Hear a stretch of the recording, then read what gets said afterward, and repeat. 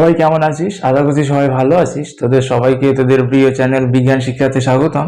আজকে আমি তোদের ক্লাস 8-এর অণুজীবের জগৎ সম্পর্কিত যে চ্যাপ্টারটা রয়েছে সেই চ্যাপ্টার সম্পর্কে আলোচনা করব এবং এই ভিডিওতে আমি অণুজীব ও তাদের বৈশিষ্ট্য, তারপর ব্যাকটেরিয়া, আদ্য প্রাণী, ছত্রাক, শৈবাল ও ভাইরাসদের সম্পর্কে আলোচনা করব, অর্থাৎ তাদের বৈশিষ্ট্য সম্পর্কে। এবং লাস্টে গিয়ে ভাইরাস, ব্যাকটেরিয়া বা আদ্য প্রাণীর মাধ্যমে মানুষের শরীরে কি ধরনের রোগ ছড়ায় সেইগুলো, এবং ভাইরাস, ব্যাকটেরিয়া আর অন্যান্য আদ্য প্রাণীর সঙ্গে জীবজগতের যে সম্পর্কটা রয়েছে বা আন্তঃসম্পর্ক রয়েছে সেই সম্পর্কে আলোচনা করব। যাই হোক, বেশি কথা না বলে আমি শুরু করছি। প্রথমেই এই অণুজীবের জগৎ পড়ার আগে আমাদের কয়েকটা জিনিস জানতে হবে, ঠিক আছে? যেটা বইয়ের বাইরে, আমি সেটা সম্পর্কে একটুখানি আলোচনা করব। তোদের বইয়ে ইনডাইরেক্টলি দেওয়া আছে, যার জন্য একটুখানি তোদের জানতে হবে, নাহলে বুঝতে পারবি না সেইগুলো, ঠিক আছে? আচ্ছা, প্রথমেই অণুজীবের জগৎ, ঠিক আছে? অণুজীব শব্দ যদি আমরা লিখি তাহলে কি দুটো শব্দ নিয়ে গঠিত, একটা হলো অণু আর একটা হলো জীব, তাই তো? অণু মানে কি? অণু মানে ক্ষুদ্র। অণু মানে কি? ক্ষুদ্র। আর জীব মানে কি? জীব মানে আমাদের চারপাশে যত ধরনের অর্গানিজম রয়েছে, মানে সেটা উদ্ভিদ হতে পারে, প্রাণী হতে পারে, ভাইরাস, ব্যাকটেরিয়া হতে পারে, এককোষী প্রাণী হতে পারে, আদ্য প্রাণী হতে পারে, যে কোনো কিছু হতে পারে, ঠিক আছে? সেইগুলো সবাই সবাই হলো জীব। এবার এই অণুজীব কেন বলছে? সেই জীবগুলোর মধ্যে কিছু স্পেসিফিক জীবদেরকে কেন অণুজীব বলছে? কারণ যেই জীবগুলো অনেক ক্ষুদ্র ক্ষুদ্র বা খুবই ছোট, যাদেরকে অণুবীক্ষণ যন্ত্রের সাহায্যে দেখতে হয়, তাদেরকে কি বলা হচ্ছে? তাদেরকে বলা হচ্ছে অণুজীব। মানে আমাদের চারপাশে যেসব জীব রয়েছে সেই সব জীবগুলোর মধ্যে যেইগুলো খুবই ক্ষুদ্র ক্ষুদ্র বা ছোট ছোট, যাদেরকে অণুবীক্ষণ যন্ত্রের সাহায্যে দেখা যায়, সেই সব জীবদেরকে কি বলা হচ্ছে? অণুজীব বলা হচ্ছে। ক্লিয়ার হয়েছে এখানটাতে সবার? যে রকমের কি আছে, যে রকমের ব্যাকটেরিয়া আছে, তারপরে কি আছে? ব্যাকটেরিয়া আছে, ছত্রাক আছে, আদ্য প্রাণী রয়েছে, আর শৈবাল আছে, ঠিক আছে? আচ্ছা, এইবার তোদের বইয়ে একটা জিনিস দেখবি, কি লেখা আছে? ব্যাকটেরিয়াকে একটা রাজ্যের অন্তর্গত করে দেওয়া আছে, যেটা হলো মনেরা রাজ্য। কি রাজ্য? মনেরা রাজ্য। তারপরে ছত্রাককে ফাঙ্গি রাজ্যের অন্তর্গত করে দেওয়া আছে, আর আদ্য প্রাণীদেরকে প্রোটিস্টার অন্তর্গত করে দেওয়া আছে, এবং শৈবালদেরকেও প্রোটিস্টার অন্তর্গত করে দেওয়া আছে। কিন্তু কিছু কিছু শৈবাল আছে যারা প্লান্টি রাজ্যেরও অন্তর্গত, ঠিক আছে? তাহলে তোদের বইয়ে শৈবালদেরকে প্রোটিস্টার অন্তর্গত করে দেওয়া আছে, ঠিক? এইবার কথা হচ্ছে যে এই মনেরা কি জিনিস, ফাঙ্গি কি জিনিস, প্রোটিস্টা কি জিনিস, বা প্লান্টি কি জিনিস? যেই শৈবালরা কেউ কেউ প্লান্টির অন্তর্গত, কেউ কেউ প্রোটিস্টার অন্তর্গত। আর অ্যানিমিলিয়াই বা কি জিনিস সেই সম্পর্কে একটুখানি জানতে হবে, যেটা তোদের বইয়ের বাইরে একটা কনসেপ্ট, ঠিক আছে? আচ্ছা, এইবার তাহলে সেটা জানার জন্য আমরা আগে কি জানবো? এই যে জীব, অণুজীবের আগে যে জীব কথাটা রয়েছে, সেই জীবদের সম্পর্কে একটুখানি জানতে হবে। তাহলে কি জানতে হবে আমাদের? জীব কোনগুলো? আমাদের চারপাশে আগেই বলেছি, যেসব উদ্ভিদ, প্রাণী, এককোষী, বহুকোষী, আদ্য প্রাণী, ব্যাকটেরিয়া যা আছে সবকিছুই কি? জীব। এইবার বিজ্ঞানীরা ভাবলো, এই যে এতগুলো সব আলাদা আলাদা প্রাণী রয়েছে, এই আলাদা আলাদা প্রাণীদেরকে কি করতে হবে? যাদের বৈশিষ্ট্য একই রকমের, সেই একই রকম বৈশিষ্ট্যযুক্ত প্রাণীদেরকে একটা রাজ্যের অন্তর্গত করে দিলাম। আবার আরেক রকমের যেসব প্রাণী রয়েছে, যেসব জীব রয়েছে, যাদের বৈশিষ্ট্য একই রকমের, তাদেরকে একটা রাজ্যে ভাগ করলাম। আবার একই বৈশিষ্ট্যযুক্ত অন্য জীবগুলোকে একই রাজ্যের অন্তর্গত করে দিলাম। মানে কি? মানে জীবদেরকে, আমাদের চারপাশে যেসব জীব রয়েছে সেই সব জীবদেরকে বিজ্ঞানীরা আলাদা আলাদা রাজ্যে ভাগ করে দিলেন। কিসের উপরে? ওদের বৈশিষ্ট্যের উপরে। কি বৈশিষ্ট্যের উপরে?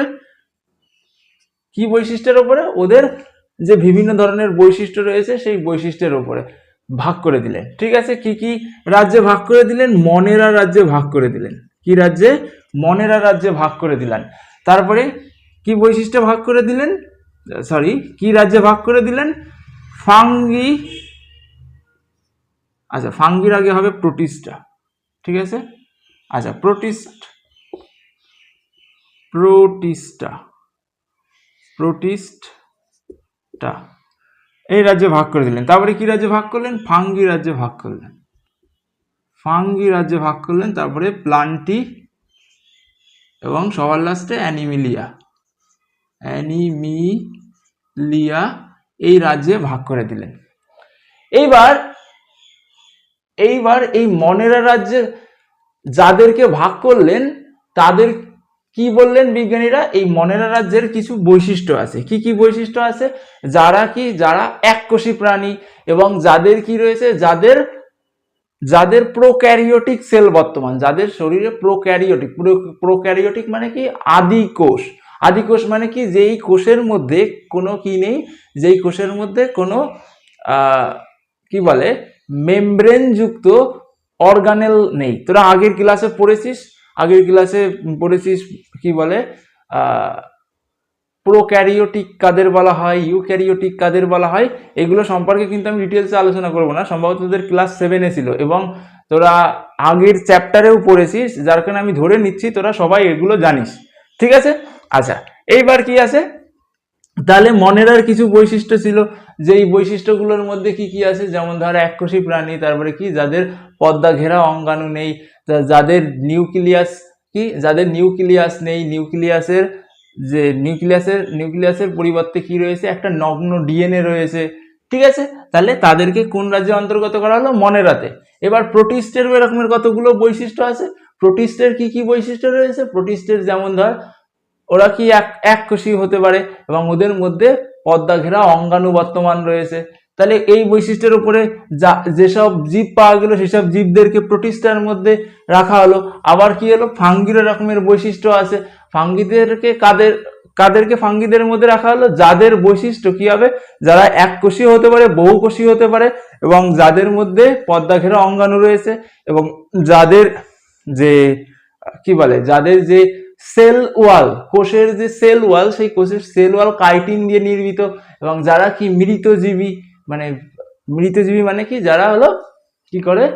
যারা হলো মরা খেয়ে বেঁচে থাকে, তাদেরকে বলা হয় স্যাপ্রোফাইট বা মৃতজীবী। তাহলে ফাঙ্গিদের এই বৈশিষ্ট্যের সঙ্গে যেসব জীবগুলো মিলে গেল সেসব জীবদেরকেই ফাঙ্গির মধ্যে রাখা হলো।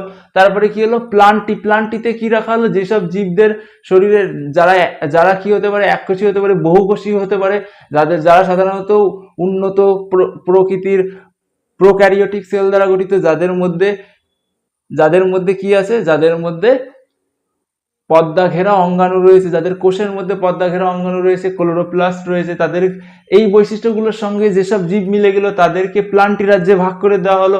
তারপরে অ্যানিমিলিয়া কাদের বলা হলো? অ্যানিমিলিয়া হলো যারা প্রাণী, যেমন ধর আমাদের কি আছে? বহু কোষ রয়েছে, তারপরে কি আছে? আমাদের প্রোক্যারিওটিক সেল রয়েছে, আমরা নিজের খাদ্য নিজেরা তৈরি করতে পারি না। তাহলে এই বৈশিষ্ট্যের উপরে যারা হলো তাদেরকে অ্যানিমিলিয়াতে ভাগ করে দেওয়া হলো। এইটুকু বুঝতে পেরেছিস? তাহলে মনেরা কি জিনিস, প্রোটিস্টা কি জিনিস, ফাঙ্গি কি জিনিস, তোদের বই এই প্লান্টি আর অ্যানিমিলিয়া লাগবে না। তাহলে এই মনেরা যে বৈশিষ্ট্য, সেই বৈশিষ্ট্যের সঙ্গে কাদের মিলে যাচ্ছে? ব্যাকটেরিয়ারা মিলে যাচ্ছে। তার কারণে ব্যাকটেরিয়াকে বিজ্ঞানীরা মনেরা রাজ্যে দিয়ে দিল। তারপরে কি আছে? এই প্রোটিস্টার সঙ্গে কাদের বৈশিষ্ট্য মিলে যাচ্ছে? যেমন ধর অ্যামিবাদের বৈশিষ্ট্য মিলে যাচ্ছে। ঠিক আছে, অ্যামিবা বা আদ্য প্রাণী, ঠিক আছে, বা প্রোটোজোয়া, ইংরেজিতে কি বলা হয়? প্রোটোজোয়া, আদ্য প্রাণী। তাহলে প্রোটিস্টাদের সঙ্গে কাদের বৈশিষ্ট্য মিলে যাচ্ছে? আদ্য প্রাণীর বৈশিষ্ট্য মিলে যাচ্ছে। আবার কিছু কিছু শৈবাল রয়েছে, যেই শৈবালের বৈশিষ্ট্য ওই প্রোটিস্টার সঙ্গে মিলে যাচ্ছে। তাহলে শৈবালদেরকেও এইখানটাতে রেখে দিল, তোদের বইয়ে রাখা আছে এই জায়গাটাতে। আর ফাঙ্গি কি? যেসব ছত্রাকদের বৈশিষ্ট্য, যারা বিভিন্ন ধরনের তোরা মিউকারের কথা শুনেছিস, মিউকার ছত্রাক দেখেছিস, যারা দেখেছিস তারা আমাকে কমেন্ট করে জানাতে পারিস, আমি তোদেরকে আমার মাইক্রোস্কোপ দিয়ে শর্টস বানিয়ে দেখিয়ে দেবো। ঠিক আছে, তাহলে মিউকার কোনগুলো, যেইগুলোতে তোরা কি বলে যে ব্রেড দেখেছিস, ব্রেডকে যদি রেখে দিস অনেক দিন, তাহলে ব্রেডের ওপর দিয়ে দেখতে পাবি এরকমের কি হয়েছে, এরকমের কালো কালো রঙের এক ধরনের ফাঙ্গাস জন্ম নিয়েছে ব্রেডের উপরে বা রুটির উপরে, এরকমের ফাঙ্গাস জন্ম নিয়েছে। তাহলে এই যে ফাঙ্গাসগুলো, এদেরকে যদি মাইক্রোস্কোপের নিচেই দেখিস তাহলে দেখতে পাবি এরকমের সুতোর মতো, আবার এরকমের কি আছে, সরু সরু এরকমের সুতোর মতো গোল গোল ওপরের দিকে ফ্রুটিং বডি, এইগুলোকে ফ্রুটিং বডি। যাই হোক, তাহলে কি এরকম সরু সরু সুতোর মতো এক ধরনের ফাঙ্গাস দেখতে পারি। তাহলে এইগুলোকে কোথায় রাখা হয়েছে, এই ছত্রাকদেরকেই ফাঙ্গির মধ্যে রাখা হয়েছে। তাহলে ফাঙ্গির মধ্যে কি আছে, ছত্রাক আছে। ঠিক আছে, বিভিন্ন ধরনের ছত্রাক রয়েছে। কি কি সেই ছত্রাকের মধ্যে, যেমন মিউকার হতে পারে, তারপরে কি হতে পারে, ইস্ট হতে পারে। এদেরকে এই ফাঙ্গি রাজ্যের অন্তর্গত করে দেওয়া হয়েছে। এইখানটাতে তোদের কোনো অসুবিধা নেই আশা করছি। সবাই বুঝতে পেরেছিস কেন ব্যাকটেরিয়ার নিচেই মনেরা লেখা রয়েছে, কেন অ্যামিবা আর শৈবালের নিচে প্রোটিস্টা লেখা রয়েছে, কেন ফাঙ্গির মধ্যে মিউকার আর ইস্ট রাখা হয়েছে। তাহলে সবার এইটুকু ক্লিয়ার? তাহলে আমি আরেকবার তোদের রিক্যাপিচুলেট করে দিই, তাহলে কি আমাদের চারপাশে বিভিন্ন ধরনের জীব রয়েছে, তাদের মধ্যে কি হতে পারে, উদ্ভিদ হতে পারে, প্রাণী হতে পারে, এককোষী বহুকোষী সব কিছু হতে পারে। তারপরে কি আছে, এই যে জীবগুলো রয়েছে, এই জীবগুলোকে বিজ্ঞানীরা কি করেছে, আলাদা আলাদা বৈশিষ্ট্যের ভিত্তিতে ভাগ করেছে আলাদা আলাদা রাজ্যে। এই আলাদা আলাদা রাজ্যের মধ্যে 5খানা রাজ্য বিজ্ঞানীরা ভাগ করেছে। তার মধ্যে কারা আছে, মনেরা রয়েছে, প্রোটিস্টা, ফাঙ্গি, প্লান্টি আর অ্যানিমিলিয়া। তোদের বইয়ে প্লান্টি আর অ্যানিমিলিয়া নেই। তারপরে কি আছে, মনেরার কিছু বৈশিষ্ট্য আমরা জানতে পারলাম। তার মধ্যে কি রয়েছে, যারা এককোষী এবং যাদের প্রোক্যারিওটিক সেল বর্তমান রয়েছে, যাদের মধ্যে নগ্ন নিউক্লিয়াস রয়েছে, তাদেরকে আমরা ব্যাকটেরিয়া, তাদের সঙ্গে সেই বৈশিষ্ট্যের সঙ্গে যুক্ত বিভিন্ন ধরনের প্রাণী, যেমন ধর ব্যাকটেরিয়াদের প্রাণী না, বিভিন্ন ধরনের জীব, ব্যাকটেরিয়াদেরকে যার কারণে মনেরার মধ্যে রাখা হয়েছে। আবার তারপরে কি আছে, প্রোটিস্টা রয়েছে, প্রোটিস্টার মধ্যে এককোষী প্রাণী রয়েছে। তারপরে কি রয়েছে, যেইগুলো ইউক্যারিওটিক সেল যুক্ত বা ইউক্যারিওটিক সেল। তারপরে কি আছে, ওদের মধ্যে পর্দা ঘেরা অঙ্গাণু বর্তমান রয়েছে। তাদের মধ্যে কাদের রেখে দিয়েছে, আদ্য প্রাণী বা আদ্য প্রাণীদের রেখেছে, শৈবালদের রেখেছে। তারপরে ফাঙ্গিদের বৈশিষ্ট্য আমরা আরো কি কি জেনেছি, ওদের কোষ প্রাচীর কাইটিন দিয়ে নির্মিত। তাহলে তাদের মধ্যে কারা কারা রয়েছে, মিউকার আর ইস্টদেরকে রেখে দিয়েছে।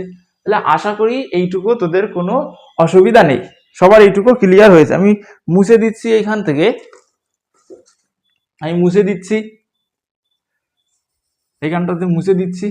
আচ্ছা, তাহলে সবার এইটুকু আশা করছি ক্লিয়ার হয়ে গেছে।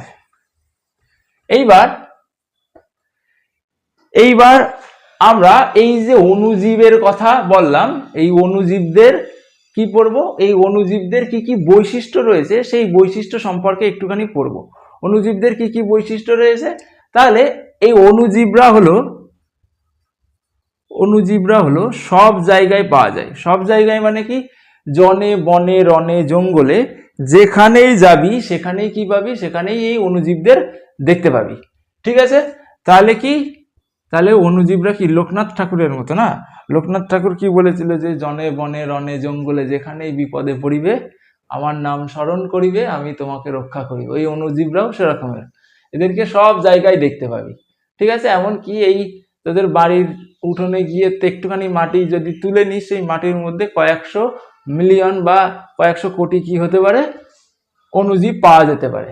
ঠিক আছে, তাহলে অণুজীবদের বৈশিষ্ট্য কি, অণুজীবদের বৈশিষ্ট্য হলো অণুজীবরা কি করতে পারে, সব জায়গায় পৃথিবীর সর্বত্র বর্তমান। আচ্ছা, অণুজীবের তাহলে প্রথম বৈশিষ্ট্য। তারপরে সেকেন্ড বৈশিষ্ট্যতে কি আছে, সেকেন্ড বৈশিষ্ট্যতে আছে অণুজীবরা সাধারণত ভেজা জায়গায় বা স্যাঁতসেঁতে জায়গায় বসবাস করে। ভেজা বা স্যাঁতসেঁতে জায়গায় বসবাস করে, যেসব জায়গায় একটুখানি কি আছে, ড্যাম্প হয়ে গেছে, যেরকম ধর কি বলে, এরকমের ধর ঘরের কোনায়, রান্নাঘরের কোনায় যেখানে জল পড়ে ড্যাম হয়ে যায়, সেই জায়গাটাতে এই অণুজীবরা বেশি পরিমাণে বাস করে। এই অণুজীবরা সাধারণত অন্ধকার পছন্দ করে, অন্ধকারে বাস করে। কিন্তু এই অণুজীবরা কি করে না, এই অণুজীবরা রোদের আলোতে মারা যায়। তার জন্য দেখবি আচার টাচার বহুদিন ধরে সংরক্ষণ করার জন্য কি করা হয়, রোদে দেওয়া হয়। তাহলে আচারকে রোদে কেন দেয়, যাতে করে আচারের মধ্যে যদি কোনো ছত্রাক জন্মে থাকে। আমরা আগেই জানলাম ছত্রাকরা এক ধরনের অণুজীব। আচ্ছা, একটা কথা বলে রাখি, সব ছত্রাক কিন্তু অণুজীব না, কিছু কিছু ছত্রাক রয়েছে যেই ছত্রাকগুলো অণুজীব। তাহলে অণুজীবের সংজ্ঞাতে আমরা প্রথমেই পড়েছি যে যাদেরকে কি করতে হয়, মাইক্রোস্কোপের নিচেই দেখতে হয় তাদেরকেই অণুজীব বলা হবে। তাহলে কিছু কিছু ছত্রাক আছে খালি চোখে দেখতে পাওয়া যায়, যাদেরকে খালি চোখে দেখতে পাওয়া যায় তাদেরকে আর অণুজীব বলবো না, ঠিক? তাহলে কিছু কিছু ছত্রাক রয়েছে যারা আচারের উপরে জন্মায়, তার জন্য কি করে, তাদের হাত থেকে রক্ষা পাওয়ার জন্য বা আচারকে অনেক দিন ধরে সংরক্ষণ করার জন্য রোদে দেওয়া হয়, যাতে করে কি করে, যাতে করে ওই অণুজীব বংশ বিস্তার না করতে পারে। তাহলে অণুজীবরা কি করে, অণুজীবরা আলোতে, সূর্যের আলোতে নষ্ট হয়ে যায়, ঠিক আছে? তারপরে কি আছে 4 নম্বরে আমরা কি পেলাম, 4 নম্বরে এই অণুজীবরা সাধারণত 24 ডিগ্রি থেকে 35 ডিগ্রি সেলসিয়াসের মধ্যে তাপমাত্রা যদি থাকে তাহলে প্রচুর পরিমাণে জন্মগ্রহণ করতে পারে এবং ওদের বংশবিস্তার পিক পর্যায়ে পৌঁছে যায়। কিন্তু যদি তাপমাত্রা কি হয়ে যায়, যদি তাপমাত্রা বেশি হয়ে যায়, কিছু কিছু অণুজীব রয়েছে যেই অণুজীবরা বেশি তাপমাত্রাতেও কি করতে পারে, বসবাস করতে পারে। যেই সব অণুজীবরা বেশি তাপমাত্রায় 100 ডিগ্রি সেলসিয়াসের উপরে বসবাস করতে পারে, সেই সব অণুজীবদেরকে কি বলা হয়, থার্মোফিলিক অণুজীব বলা হয়। থার্মোফিলিক মানে কি, থার্মোফিলিক, তাহলে থার্মোফিলিক দুটো শব্দ নিয়ে গঠিত, থার্মো আর ফিলিক। থার্মো মানে টেম্পারেচার বা তাপমাত্রা, আর ফিলিক মানে কি আকর্ষী। আকর্ষী মানে কি, যারা তাপমাত্রাকে পছন্দ করে সেই সব অণুজীবদেরকে থার্মোফিলিক কি বলা হয়, অণুজীব বলা হয়। এরকমের একটা থার্মোফিলিক ব্যাকটেরিয়ার নাম যদি পরীক্ষায় আসে বলতে পারবি, একটা ব্যাকটেরিয়ার নাম থার্মাস অ্যাকুইটিকাস। থার্মাস অ্যাকুইটিকাস নামে এক ধরনের ব্যাকটেরিয়া রয়েছে, যেই ব্যাকটেরিয়া কি করে, যেই ব্যাকটেরিয়া 100 ডিগ্রি সেলসিয়াসের উপরে তাপমাত্রায় থাকতে পারে। তাহলে পরিবেশে 100 ডিগ্রি সেলসিয়াসের উপরে তাপমাত্রা কোথায় পাওয়া যায়, উষ্ণ প্রস্রবণে পাওয়া যায়। উষ্ণ প্রস্রবণ জানিস, যেখানটাতে গরম জল বের হয়। কিভাবে গরম জল বের হয়, ভূপৃষ্ঠের এই জল যদি কোনো কারণে ভূপৃষ্ঠের নিচেই যে কি বলে, যে ম্যাগমা রয়েছে, সেই ম্যাগমার কাছাকাছি না, মানে ম্যাগমার যে শিলা স্তর রয়েছে, শিলা স্তর গরম হবে, সেই গরম শিলা স্তরের সংস্পর্শে যদি আসে তাহলে সেইখান থেকে গরম জল বেরিয়ে আসে, সেই তার জন্য ওটাকে কি বলা হয়, উষ্ণ প্রস্রবণ বলা হয়, ঠিক আছে? আচ্ছা, তো এই উষ্ণ প্রস্রবণের মধ্যে কি পাওয়া যায়, থার্মোফিলিক ব্যাকটেরিয়া পাওয়া যায় বা থার্মোফিলিক অণুজীব পাওয়া যায়। এরপরে কি রয়েছে, এই অণুজীবরা কি করতে পারে, এই অণুজীবরা যদি বিভিন্ন ধরনের রং আছে, ঠিক আছে, বিভিন্ন ধরনের রঞ্জক আছে, সেই রঞ্জক যদি অণুজীবদের দেওয়া হয় এবং মাইক্রোস্কোপের নিচেই দেখা যায়, তাহলে দেখতে পাওয়া যায় যে এই অণুজীবরা কি হয়েছে, সেই রঙে রাঙিত হয়ে গেছে, ঠিক আছে? এই রঙকে কি বলা হয়, স্টেইন বলা হয়। এবং এই রং দিয়ে রাঙিত করার পদ্ধতিকে কি বলা হয়, স্টেইনিং বলা হয়, ঠিক আছে? যেরকমের ধরো কটন ব্লু এক ধরনের স্টেইন বা রং বা রঞ্জক, সেই রঞ্জক দিয়ে কি করা যায়, সেই রঞ্জক দিয়ে অণুজীবদেরকে রাঙানো যায়। তাহলে এই পদ্ধতিকে কি বলা হয়, স্টেইনিং বলা হয়। ক্লিয়ার হয়েছে? তাহলে অণুজীবরা কি হতে পারে, বিভিন্ন রঙে রাঙিত হতে পারে। আশা করি তোদের সবার এইটুকু ক্লিয়ার হয়েছে, অণুজীবদের বৈশিষ্ট্য ক্লিয়ার হয়েছে। এবার তোদের কাজ হবে বইয়ের থেকে একটুখানি কি করবি, দেখে নিবি, একবার রিডিং করে নিবি, তাহলে ক্লিয়ার হয়ে যাবে। এই ভিডিও দুবার দেখবি চালিয়ে। আচ্ছা, তারপরে কি আছে, এরপরে আছে আমরা সর্বপ্রথমে এই যে ব্যাকটেরিয়া, তারপরে প্রোটিস্টা বা আদ্যপ্রাণী এবং শৈবাল আর ছত্রাকদের সম্পর্কে আলোচনা করলাম। তাদের কিছু বৈশিষ্ট্য তোদের বইয়ে দেওয়া রয়েছে, সেই বৈশিষ্ট্যটা আমরা এখন একটুখানি আলোচনা করব। প্রথমেই কি আছে, প্রথমেই আছে ব্যাকটেরিয়া। প্রথমেই কি আছে, ব্যাকটেরিয়া। আচ্ছা, ব্যাকটেরিয়াদেরকে প্রথমেই আমরা কি বললাম, যারা কোন রাজ্যের অন্তর্গত, মনেরা রাজ্যের অন্তর্গত। এবং মনেরা রাজ্যের কি কি বৈশিষ্ট্য আমরা পেয়েছিলাম, তাহলে সেই বৈশিষ্ট্য ব্যাকটেরিয়ার মধ্যেই থাকবে। মনেরা রাজ্যের মধ্যে আমরা পেয়েছিলাম যারা এককোষী, তাহলে এই ব্যাকটেরিয়ারাও কি হবে, এককোষী হবে, তাই তো। এবার মনেরা রাজ্যের আরেকটা বৈশিষ্ট্য পেয়েছিলাম, সেই বৈশিষ্ট্যটা কি, এই যে কোষটা রয়েছে, এই মনেরা রাজ্যে যে কোষটা রয়েছে সেই কোষটা কেমন, সেটা হলো আদি কোষ, ঠিক আছে, বা প্রোক্যারিওটস, অর্থাৎ এই ব্যাকটেরিয়ারা কি আদি কোষযুক্ত, আদি বা আদি কোষযুক্ত। আচ্ছা, আরো একটা কি জানলাম, এই আদি কোষের বৈশিষ্ট্য কি জেনেছিলাম, আদি কোষের যে বৈশিষ্ট্য সেই বৈশিষ্ট্য এই ব্যাকটেরিয়ার মধ্যে পাওয়া যাবে।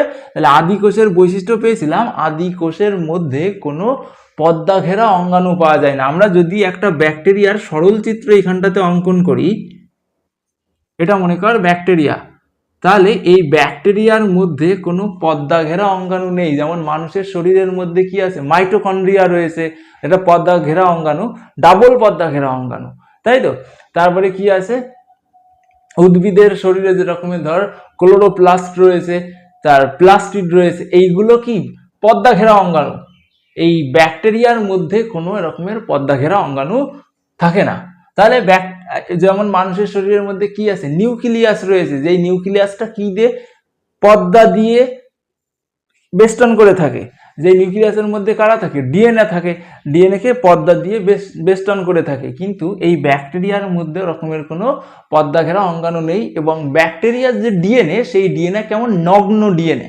নগ্ন মানে কি, নগ্ন মানে ওর বাইরে কোনো কি নেই, ওর বাইরে কোনো আবরণ নেই। এবং ব্যাকটেরিয়ার ডিএনএ কেমন হয়, সার্কুলার মানে গোলাকার, এই যে রকমের গোলাকার এবং পেঁচানো। তাহলে ব্যাকটেরিয়ার ডিএনএ কেমন, গোলাকার এবং পেঁচানো, বুঝতে পেরেছিস। তাহলে এই যে রকমের গোলাকার এবং পেঁচানো, এই ব্যাকটেরিয়ার ডিএনএ কে, এরকমের নগ্ন ডিএনএ কে, বা যার কি থাকে না, যার কোষ কি বলে, পর্দা থাকে না, তাদেরকে কি বলা হয়, প্লাস্টিড বলা হয়। ঠিক আছে, তোদের বইয়ে নেই কিন্তু আমি তাও বলে দিচ্ছি, এটা একটুখানি জেনে রাখ। ক্লিয়ার হয়েছে? আচ্ছা, তারপরে কি আছে, উদ্ভিদের দেহে যেরকমের কোষ প্রাচীর পাওয়া যায় বা সেল ওয়াল পাওয়া যায়, ব্যাকটেরিয়ারও সেল ওয়াল পাওয়া যায়। উদ্ভিদের সেল ওয়াল কি দিয়ে গঠিত, সেলুলোজ দিয়ে গঠিত, কিন্তু ব্যাকটেরিয়ার সেল ওয়াল অন্য আরেকটা কেমিক্যাল দিয়ে গঠিত, যেটা পেপটাইডোগ্লাইকান নামক এক ধরনের। তোদের বইয়ে নেই, তোদের মুখস্থ যদি মনে রাখিস তাহলে রাখতে পারিস, আর যদি না রাখিস তাও সমস্যা নেই, তোদের বইয়ে যেহেতু নেই কিন্তু আমি বলে দিলাম। তাহলে কি, ব্যাকটেরিয়ার পাশ দিয়ে কি থাকে, এরকমের সেল ওয়াল থাকে, যেই সেল ওয়ালকে কি বলা হয়, যেই সেল ওয়াল উদ্ভিদের যে কেমিক্যাল দিয়ে গঠিত, ব্যাকটেরিয়ারটা অন্য কেমিক্যাল দিয়ে গঠিত। ব্যাকটেরিয়ারটা কি কেমিক্যাল, পেপটাইডোগ্লাইকান নামক এক ধরনের কেমিক্যাল দিয়ে গঠিত। ক্লিয়ার হয়েছে? এখানে আশা করি তোদের কোনো অসুবিধা নেই। তাহলে কি, তাহলে এই ব্যাকটেরিয়ারা কি করতে পারে, সর্বত্রই থাকতে পারে। ঠিক আছে, তাহলে সর্বত্রই থাকতে পারে। যেমন ধর, যেইখানটাতে অক্সিজেন কম রয়েছে সেই সব জায়গায়ও থাকতে পারে। যেরকমের টিটেনাসের জীবাণু কি করতে পারে, কম অক্সিজেন যুক্ত জায়গায়ও থাকতে পারে। যার কারণে আমাদের যদি শরীরে কোথাও প্রেগ দ্বারা ছিদ্র হয়ে যায়, অনেক গভীর ছিদ্র হয়ে যায়, সেইখানে টিটেনাসের ইনজেকশন দিতে বলে। কেন বলে, কারণ টিটেনাসের ইনজেকশন না দিলে ওইখানে টিটেনাস হয়ে যেতে পারে। কারণ যেখানে গভীর ক্ষত হয়ে যায় সেইখানে অক্সিজেন পৌঁছাতে পারে না, আর যেখানটাতে অক্সিজেন পৌঁছাতে পারে না সেইখানে কারা বাসা বাঁধতে পারে, টিটেনাসরা বাসা বাঁধতে পারে। তার জন্যে গভীর ক্ষত হয়ে যায় যেই জায়গাটাতে, তখন কি বলে, মানুষের টিটেনাসের ইনজেকশন দিতে বলে। আশা করি তোদের এইখানে কোনো অসুবিধা নেই। ঠিক আছে? আচ্ছা, তাহলে ব্যাকটেরিয়া ঘটিত কিছু রোগ রয়েছে, সেই রোগগুলো সম্পর্কে আমরা আগে আলোচনা করে দিই। তাহলে ব্যাকটেরিয়া ঘটিত কি কি রোগ রয়েছে, যেমন ধর নিউমোনিয়া। মানুষের শরীরে কি কি রোগ বাঁধায়, নিউমোনিয়া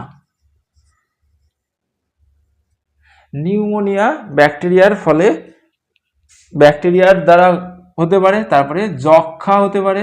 একটা সময় জানিস তো, যক্ষা হলে মানুষ মারা যেত, এখন কিন্তু যক্ষার চিকিৎসা রয়েছে, কারণ এখন অ্যান্টিবায়োটিক আবিষ্কৃত হয়েছে।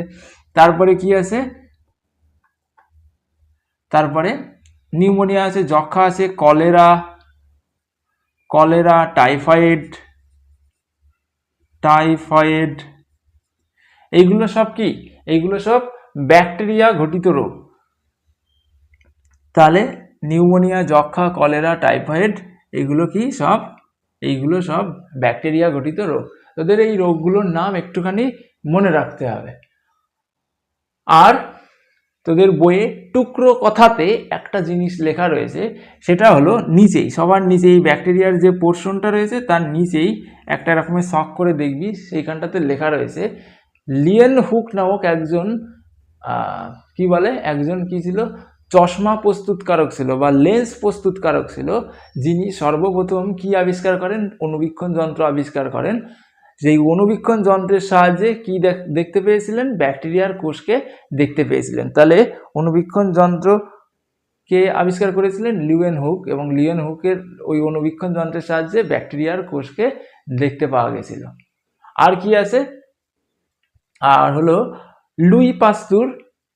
লুই পাস্তুর কি করেছিলেন? জলাতঙ্কের কি বলে, লুই পাস্তুর জলাতঙ্কের যে ভ্যাকসিন সেটা আবিষ্কার করেছেন, একটুখানি মনে রাখবি, ঠিক আছে? তা ওনার নিয়ে একটা গল্প আছে, যখন উনি নাকি জলাতঙ্কের বা এই র্যাবিসের যে কি বলে, র্যাবিসের এই ভ্যাকসিন নিয়ে পড়ালেখা করছিলেন বা গবেষণা করছিলেন, সেই সময় একটা ছেলের কুকুরে কামড় দিয়েছিল, ঠিক আছে? জলাতঙ্ক মানে র্যাবিস আক্রান্ত কুকুরে কামড় দিয়েছিল। সেই সময়টাতে র্যাবিস আক্রান্ত কুকুর যদি কামড় দিত তাহলে কি হতো? মানুষ মারা যেত। তখন কি হয়েছিল? তখন ওই ছেলের মা ওই ছেলেকে বাঁচানোর জন্য এতই মরিয়া হয়ে গেছিল যে ছেলেকে নিয়ে লুই পাস্তুরের কাছে গেছিলেন। এবং উনি কি করেছিলেন? উনি ওনার যেই গবেষণা লব্ধ যে কি বলে ইঞ্জেকশন, সেই ইঞ্জেকশনটা ওই ছেলের মধ্যে দিয়েছিলেন, ভ্যাকসিনেট করেছিলেন, এবং ওই ছেলের পরে জলাতঙ্ক হয়নি, অর্থাৎ উনি বেঁচে গেছিলেন, ওই ছেলেটা বেঁচে গেছিল। তার থেকেই কি হয়ে গেছিল? সেটাই সর্বপ্রথম হিউম্যান ট্রায়াল হয়ে গেল এবং ওনার নাম, লুই পাস্তুরের নাম কি হয়ে গেছিল? ছড়িয়ে গেছিল। আচ্ছা, আর কি আছে? আর আছে সর্বপ্রথম অ্যারেনবার্গ নামক একজন বিজ্ঞানী ব্যাকটেরিয়া শব্দ কি করেছিলেন? ব্যাকটেরিয়া শব্দ মানে বলেছিলেন, ঠিক আছে? তাহলে ব্যাকটেরিয়া শব্দ কে বলেছিলেন? অ্যারেনবার্গ। তোরা অ্যাটাক অন টাইটান দেখেছিস? যারা দেখেছিস তারা জানিস অ্যাটাক অন টাইটানের যে মেইন চরিত্র, প্রোটাগনিস্ট, তার নাম ছিল অ্যারেন। তোরা যারা দেখিসনি তারা দেখতে পারিস অ্যাটাক অন টাইটান। তাহলে ওইখানটাতে কে আছে? অ্যারেনবার্গ নেই, অ্যারেন আছে, ওর সঙ্গে মনে রাখতে পারবি, যারা দেখিস তারা মনে রাখতে পারবি অ্যারেনের কথা। আচ্ছা, যাই হোক, আমি এখানটাতে মুছে দিচ্ছি এখানটাতে। এরপরে কি আছে? ব্যাকটেরিয়ার পরে আছে হলো প্রোটিস্টা বা আদ্য প্রাণী।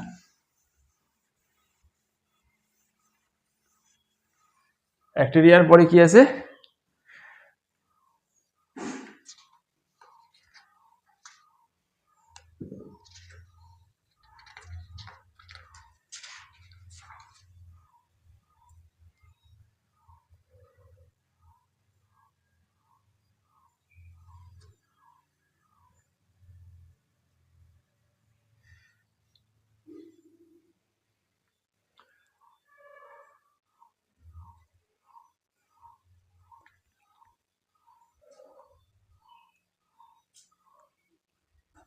আচ্ছা, এবারে ব্যাকটেরিয়ার পরে কি আছে? ব্যাকটেরিয়ার পরে আছে হলো প্রোটিস্টা।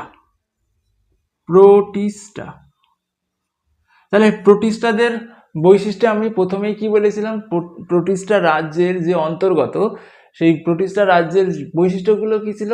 এরা এককোষী, এবং এদের মধ্যে কি আছে? এদের মধ্যে যেসব কোষগুলো রয়েছে সেই সবগুলো কোষই কেমন? ইউক্যারিওটিক কোষ, ঠিক আছে? তাহলে প্রোটিস্টার বৈশিষ্ট্য কি? এরা হলো এককোষী, এবং এদের মধ্যে যে কোষগুলো রয়েছে সেইগুলো কি? যেই কোষগুলো রয়েছে সেই কোষগুলো কেমন? সেই কোষগুলো কি? ইউক্যারিওটিক। সেই কোষগুলো ইউক্যারিওটিক কোষ মানে কি? যেই কোষের মধ্যে কি আছে? যেই কোষের মধ্যে পর্দা ঘেরা অঙ্গাণু বর্তমান রয়েছে। এবং এই প্রোটিস্টাদের যে কোষটা রয়েছে সেই কোষের মধ্যে কি থাকতে পারে? একাধিক কোষের মধ্যে একাধিক কি থাকতে পারে, নিউক্লিয়াস থাকতে পারে। তাহলে প্রোটিস্টাদের কি রয়েছে, প্রোটিস্টাদের যে কোষ রয়েছে সেই কোষের মধ্যে একাধিক কি থাকতে পারে, নিউক্লিয়াস থাকতে পারে। এই মনে কর প্রোটিস্টাদের নিউক্লিয়াস, এটা প্রোটিস্টাদের কোষ, প্রোটিস্টাদের নিউক্লিয়াস, একের বেশি নিউক্লিয়াস রয়েছে এবং এরা সবই কি পর্দা ঘেরা।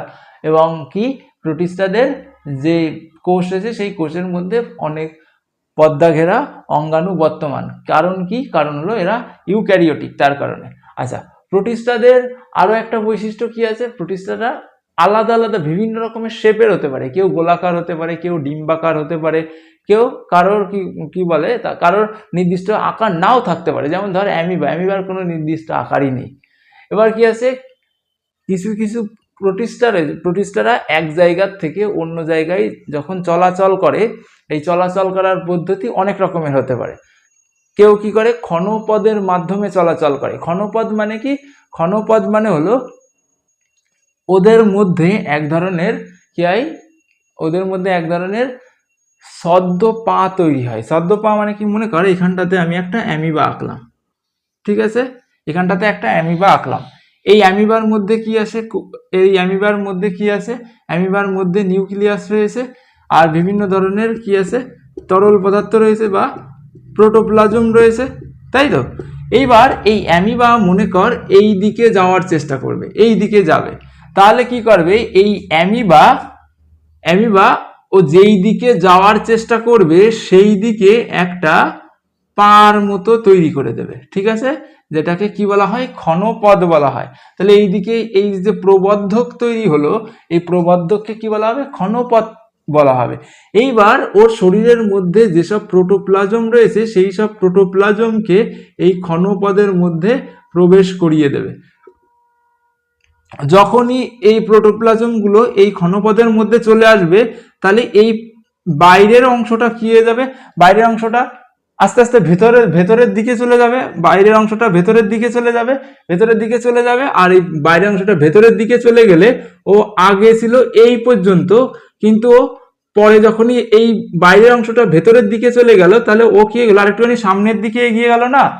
তাহলে এই যে এতটুকু সামনের দিকে এগিয়ে গেল, এইভাবে বারবার করে ক্ষণপদ তৈরির মাধ্যমে অ্যামিবা সামনের দিকে এগিয়ে যায়। তাহলে এই প্রোটিস্টারা বা আদ্য প্রাণীরা কি করতে পারে, ক্ষণপদের মাধ্যমে বাইরের সামনের দিকে এগিয়ে যেতে পারে। তারপরে কি করতে পারে, কেউ সিলিয়ার মাধ্যমে সামনের দিকে এগিয়ে যায়, যেমন প্যারামেসিয়াম কি করে, প্যারামেসিয়াম দেখতে কিসের মতো, এরকমের যে চপ্পল রয়েছে, চপ্পলের যে সোল, সেই সোলের মতো, এবং ওদের বাইরে এরকমের কি থাকে, ছোট ছোট চুলের মতো অংশ থাকে, ঠিক আছে। এই অংশের মাধ্যমে ওরা কি করতে পারে, সাঁতার কেটে সামনের দিকে এগিয়ে যেতে পারে। তাহলে প্যারামেসিয়ামরা কিসের মাধ্যমে এগিয়ে যায়, সিলিয়ার মাধ্যমে। আবার কেউ রয়েছে কি, ফ্লাজেলার মাধ্যমে। ফ্লাজেলা মানে কি, এরকমের যে একটা অংশ থাকে, বড় একটা নৌকার দ্বারের মতো অংশ থাকে, সেই ফ্লাজেলার মাধ্যমে ফ্লাজেলাকে এরকম ঘুরিয়ে বা ফ্লাজেলা কি করে, চাবুকের মতো জলে বাড়ি দিয়ে সামনের দিকে এগিয়ে যেতে পারে। তাহলে কেউ কি করে, ফ্লাজেলার মাধ্যমে সামনের দিকে এগিয়ে যেতে পারে, ঠিক আছে। আশা করি তোরা সবাই এটুকু বুঝতে পেরেছিস। তাহলে প্রোটিস্টারা বিভিন্নভাবে কি করতে পারে, গমন কাজ সম্পাদন করে ক্ষণপদের মাধ্যমে, কেউ যেমন অ্যামিবা, কেউ কি করে সিলিয়ার মাধ্যমে যেমন প্যারামেসিয়াম, আবার কেউ কি করে ফ্লাজেলার মাধ্যমেও সামনের দিকে এগিয়ে যেতে পারে। তাহলে আচ্ছা, প্রোটিস্টারা কি রোগ ছড়ায় সেইগুলো আমরা একটুখানি জেনে নেব। তাহলে প্রোটিস্টারা প্রোটিস্টা অর্থাৎ কি, আদ্য প্রাণী, ঠিক আছে, এখানটাতে লিখবি আদ্য প্রাণী, এটা তো প্রোটিস্টা তো রাজ্য, প্রোটিস্টা রাজ্যের মধ্যে কাদের কথা আমি আলোচনা করছি, আদ্য প্রাণীর কথা আলোচনা করছি। আচ্ছা, তাহলে আমি যেটা বলছিলাম সেটা কি, এটা কি রোগ ছড়ায়, যেমন ধর অ্যামিবার মাধ্যমে অ্যামিবায়োসিস রোগ ছড়ায়। তারপরে কি হয়, তারপরে জিয়ারডিসিস রোগ ছড়ায় আদ্য প্রাণীর মাধ্যমে। আরো কি, জিয়ারডিসিস ছড়ায়। তারপরে স্লিপিং সিকনেসও কি হয়, এই প্রোটিস্টাদের মাধ্যমে ছড়ায়। তাহলে আশা করি এটুকু বুঝতে পেরেছিস? কয়েকটা নাম মুখস্থ রাখবি, যেমন অ্যামিবায়োসিস, তারপরে জিয়ারডেসিস, তারপরে কি স্লিপিং সিকনেস, এইগুলো কি প্রোটিস্টার মাধ্যমে ছড়ায়। এইটুকু একটুখানি মুখস্থ রাখবি। আচ্ছা, এরপরে কি আছে? এরপরে প্রোটিস্টার পরে কি আছে? প্রোটিস্টার পরে আছে ছত্রাক। কি আছে? ছত্রাক। আমি এখানে মুছে দিচ্ছি।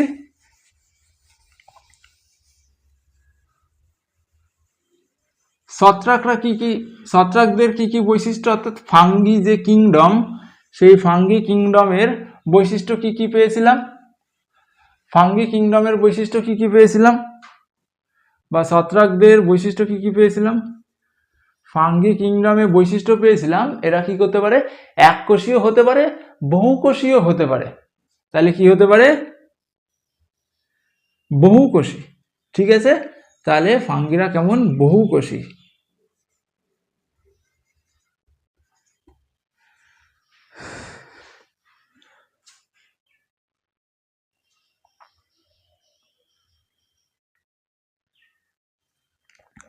আচ্ছা, ফাঙ্গিরা কি হতে পারে? এককোষীয় হতে পারে, এককোষীয় হতে পারে, আর কি হতে পারে? বহুকোষীয় হতে পারে। এককোষী একটা ফাঙ্গির নাম কি? ইস্ট। ইস্ট একটা এককোষী এবং এককোষী কি ফাঙ্গি, এবং এই ইস্টটা কি হয়? সাধারণত গোলাকার হয়। ইস্টটা গোলাকার হয়। ইস্টদের কথা তোরা জানিস। ইস্টটা কি কাজে ব্যবহার করা হয়? যখন পাউরুটি ফোলানোর কাজে কি করা হয়? এই ইস্টদের ব্যবহার করা হয়। কারণ কি হয়? যখন ওই পাউরুটির যে ডাউ রয়েছে, ডাউয়ের মধ্যে যখন ইস্ট যোগ করা হয়, তখন এই ইস্টটা কি করে? ওই পাউরুটির ডাউয়ের মধ্যে কার্বন ডাইঅক্সাইড কি করে? উৎপন্ন করে। আর কার্বন ডাইঅক্সাইড উৎপন্ন করার ফলে সেই ডাউটা ফুলে ওঠে এবং কি হয়? পাউরুটি খুব কি হয়? স্পঞ্জি হয়। ঠিক আছে, তাহলে ফাঙ্গি কি? ফাঙ্গি বহুকোষীয় হতে পারে, এককোষীয় হতে পারে। এককোষী ফাঙ্গির মধ্যে কি আছে? ইস্ট রয়েছে। এবং ফাঙ্গি রাজ্যের যখন আমি বৈশিষ্ট্য পড়াচ্ছিলাম তখন আমি বলেছি যে কি এই ফাঙ্গিদের যে কোষ রয়েছে, সেই কোষের যে বাইরে সেল ওয়ালটা রয়েছে, সেই সেল ওয়ালটা কেমন? সেল ওয়ালটা কাইটিন দ্বারা নির্মিত। ঠিক আছে, ফাঙ্গিদের যে সেল ওয়াল রয়েছে, মনে কর এখানটাতে আমি একটা ফাঙ্গি আঁকলাম। ঠিক আছে, তাহলে এই যে ফাঙ্গি, এই ফাঙ্গি অনেকগুলো সেল দিয়ে গঠিত। এদের সেলটা কি দিয়ে? সেল ওয়ালের যে সেলের বাইরে যে ওয়াল রয়েছে, এই ওয়ালটা কি দিয়ে গঠিত? এই ওয়ালটা কাইটিন নামক এক ধরনের রাসায়নিক পদার্থ দ্বারা গঠিত। খুব ইম্পর্টেন্ট। তাহলে ফাঙ্গির সেল ওয়াল কি দিয়ে গঠিত? কাইটিন দিয়ে গঠিত। খুব ইম্পর্টেন্ট পরীক্ষার জন্য। ঠিক আছে, পরীক্ষায় কিন্তু আসে। আচ্ছা, তাহলে ফাঙ্গির সেল ওয়াল কাইটিন দিয়ে গঠিত। এবার কি ফাঙ্গি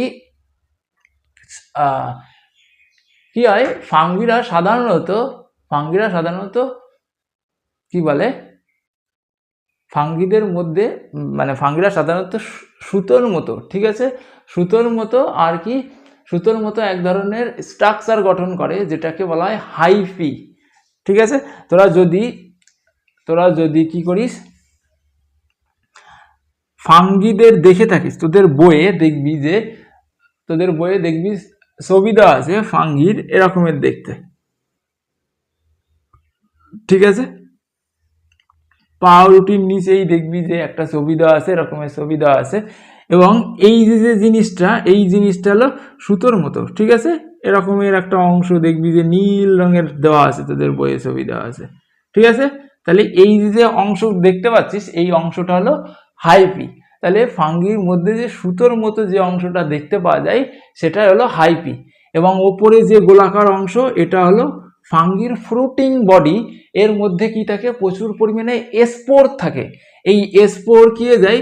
যদি এই ফ্রুটিং বডি ফেটে গেলে কি হয়? এই স্পোর বাইরে বেরিয়ে আসে এবং এই স্পোরের থেকে আবার কি তৈরি হয়? নতুন ফাঙ্গি বা ফাঙ্গাস তৈরি হয়। তাহলে এই যে ফাঙ্গির যে বডি সুতোর মতো দেখতে, সেটাকে কি বলা হয়? হাইপি বলা হয়। এবং এই হাইপি একসঙ্গে মিলেমিশে, অনেকগুলো হাইপি একসঙ্গে মিলেমিশে কি তৈরি করে? মাইসেলিয়াম তৈরি করে। যখন অনেকগুলো ফাঙ্গির কি হয়? অনেকগুলো ফাঙ্গির হাইপি একসঙ্গে মিলে যায়, তখন সেটাকে কি বলা হয়? তখন সেটাকে কি বলা হয়? মাইসেলিয়াম বলা হয়। তাহলে এই যে জায়গাটা, এই জায়গাকে কি বলা হবে? মাইসেলিয়াম বলা হবে। কেন মাইসেলিয়াম বলা হবে? কারণ অনেকগুলো কি তৈরি, অনেকগুলো হাইপি একসঙ্গে মিলে একটা গঠন তৈরি করেছে, যার জন্য এটাকে কি বলা হবে? মাইসেলিয়াম বলা হবে, মাইসেলিয়াম বলা হবে। এবং ফাঙ্গির একটা সুতোর মতো অংশকে কি বলা হয়? ফাঙ্গির একটা সুতোর মতো অংশকে কি বলা হয়? বল, কি বলা হয়? হাইপি বলা হয়। ক্লিয়ার হয়েছে? তাহলে কয়েকটা ফাঙ্গির নাম যদি পরীক্ষায় আছে তাহলে কি লিখবি? তাহলে মিউকর লিখতে পারিস, ইস্ট লিখতে পারিস। ইস্টরা হলো এককোষী ফাঙ্গি। তারপরে কি আছে? এবার তোদের বইয়ে আরেকটা জিনিস দেওয়া আছে, সেটা হলো ফাঙ্গির ফাঙ্গি এককোষী বলেছি, ফাঙ্গি কাইটিন নির্মিত, হাইপি বলা হয়েছে, মাইসেলিয়াম বলা হয়েছে। আচ্ছা, ফাঙ্গিরা কি করে খাবার, ওদের খাবার তৈরি করে? ফাঙ্গিরা কি করে ওদের খাবার তৈরি করে? ফাঙ্গিদের শরীরের মধ্যে বা ফাঙ্গিদের কোষের মধ্যে কোনো কি নেই? ক্লোরোপ্লাস্ট নেই, যার কারণে সব ফাঙ্গিরাই কেমন দেখতে? সব ফাঙ্গিরাই ওদের ওদের কি হয়? ওদের সবুজ বর্ণের হয় না। ঠিক আছে, ফাঙ্গিরা কি হয় না? সবুজ বর্ণের হয় না। কেন? ওদের মধ্যে ক্লোরোপ্লাস্টই নেই। তাহলে সবুজ বর্ণের হবে কি? কারণ ক্লোরোপ্লাস্টের কারণেই তো উদ্ভিদ কি হয়? সবুজ বর্ণের হয় এবং নিজের খাদ্য নিজে তৈরি করতে পারে। অর্থাৎ ফাঙ্গিরা কি করতে পারে না? নিজের খাদ্য নিজে তৈরি করতে পারে না। তাহলে ফাঙ্গিরা বেঁচে থাকে কি করে?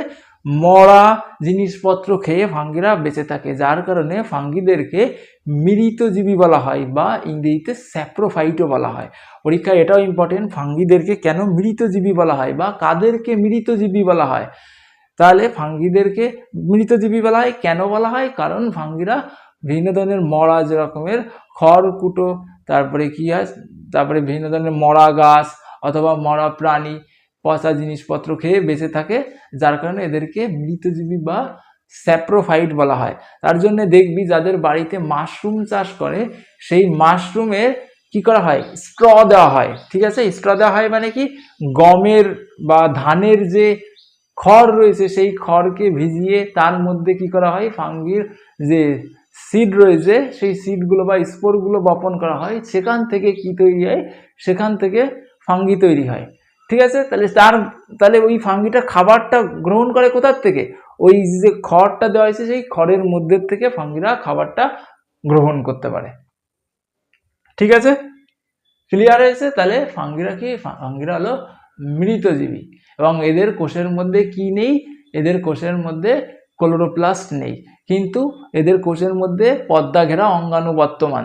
এবং কিছু কিছু ফাঙ্গি রয়েছে যেই ফাঙ্গির, আরেকটা জিনিস, কিছু কিছু ফাঙ্গি রয়েছে যেই ফাঙ্গির কি, যেই ফাঙ্গির মধ্যে কোষের মধ্যে কি থাকে না, এরকমের যে প্রত্যেকটা কোষে এরকমের আলাদা আলাদা কি থাকে না? সেপ্টা থাকে না। ঠিক আছে, ইংরেজিতে বলে সেপ্টা, আর বাংলাতে কি বলে? আচ্ছা, তোদের বই এটা নেই, তোদের এটা জানা লাগবে না। ঠিক আছে, তাহলে সেপ্টা থাকে না। সেপ্টা না থাকার কারণে কি হয়? সেপ্টা না থাকার কারণে একসঙ্গে অনেকগুলো নিউক্লিয়াস থাকে, এগুলো নেই তোদের বই। ঠিক আছে, তা তোদের জানা লাগবে না। তাহলে ক্লিয়ার আছে? এবার ফাঙ্গিদের মাধ্যমে মানুষের শরীরে কি কি রোগ ছড়ায় সেটা একটুখানি বলে দিই। কি কি রোগ? যেরকমের দাঁত রোগ হতে পারে, তারপরে হাজা, সুলি, এইগুলো সব ফাঙ্গির মাধ্যমে হতে পারে এবং ফাঙ্গি অ্যালার্জি ছড়াতেও সাহায্য করে। ঠিক আছে, আচ্ছা, তাহলে ফাঙ্গি ক্লিয়ার। ফাঙ্গির পরে কি আছে? ফাঙ্গির পরে আছে শৈবাল। ফাঙ্গির পরে কি আছে? শৈবাল রয়েছে। শৈবালটা কি? শৈবালটা এককোষী হতে পারে, বহুকোষী হতে পারে। এবং শৈবালটা কেমন?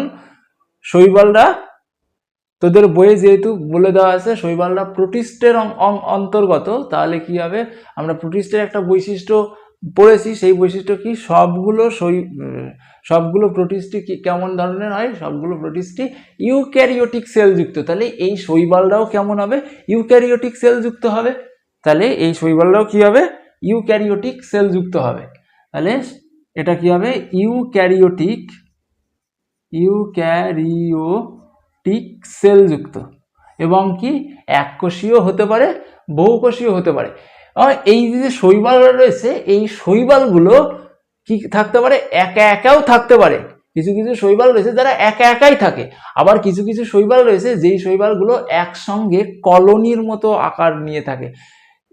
তাহলে যারা কলোনির মতো আকার নিয়ে থাকে তাদের হলো কলোনিয়াল, যেরকমের ভলভক্স। মনে কর এইখানটাতে একটা ভলভক্স রয়েছে, এই ভলভক্স কি করে আরেকটা ভলভক্স এরকমের অসংখ্য ভলভক্স কি করে একসঙ্গে যুক্ত হয়ে কলোনির মধ্যে বসবাস করে। দেখেছিস এই যে এইখানটাতে এটা হলো একটা ভলভক্স আর একসঙ্গে অনেকগুলো ভলভক্স এরকমের পরস্পরের সঙ্গে কি হয়েছে পরস্পরের সঙ্গে বসবাস করছে, যার জন্য এটাকে কলোনির মতো আকারে অবস্থান করছে। দেখ ফুটবলের মতো একটা কলোনি তৈরি হয়েছে। তাহলে ভলভক্সরা কি করতে পারে কলোনির মধ্যে থাকতে পারে। আবার কিছু কিছু শৈবাল রয়েছে যারা কি করে যারা একা থাকতে পারে, যেমন ক্লামাইডোমোনাসের ছবি এরকমের দেওয়া আছে, তোদের বইয়ে দেখতে পাবি, সবুজ রঙের দেখতে। তাহলে ক্লামাইডোমোনাস কি করে একাই থাকতে পারে। পরীক্ষায় এরকমের প্রশ্ন আসতে পারে এমন একটা শৈবালের নাম বলো যারা একা বসবাস করে। তাহলে কি নাম বলবি? ক্লামাইডোমোনাস।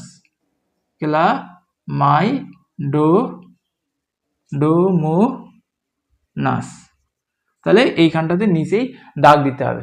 এবং শৈবালের বৈশিষ্ট্য কি? শৈবালের যে কোষ রয়েছে সেই কোষের মধ্যে পর্দা ঘেরা অঙ্গাণু বর্তমান, যেহেতু এরা ইউক্যারিওটিক। আর কোষের মধ্যে কি থাকে? ক্লোরোপ্লাস্ট থাকে, যার কারণে কি করতে পারে এরা নিজের খাদ্য নিজেরাই তৈরি করতে পারে এবং সবুজ রঙের, তোদের বইয়ে দেখবি সবুজ রঙের। আচ্ছা, সব শৈবালই কিন্তু সবুজ রঙের নয়, অনেক রকমের ব্রাউন কালারের আছে, লাল রঙের আছে। তাহলে সেইগুলো তোদের এখন জানার কথা না, এখন জানার দরকার নেই। আমি যেটা বলে দিচ্ছি সেটাই শুনে রাখ, মুখস্থ করে রাখ। তাহলে কি শৈবালরা কেমন হয়? শৈবালরা তার কারণে, যেহেতু এদের মধ্যে কি আছে ক্লোরোপ্লাস্ট রয়েছে, যার কারণে নিজের খাদ্য নিজে তৈরি করতে পারে, তার জন্য এদের বেঁচে থাকার জন্য আলোর প্রয়োজন। ঠিক আছে? তাহলে আশা করি এই যে এতটুকু আলোচনা করলাম, এই আলোচনার মধ্যে তোদের কোথাও কোনো অসুবিধা নেই। আমি তোদের বইয়ের যত কনসেপ্ট রয়েছে পুরোটাই পড়িয়ে দিয়েছি। ঠিক আছে? এখানে আচ্ছা মোটামুটি বলে দেওয়া হয়েছে সব। এরপরে কি আছে? এরপরে আছে ভাইরাস। আচ্ছা, এরপরে কি আছে? ভাইরাস আছে, ভাইরাস। তাহলে এইটুকু মুছে দিচ্ছি।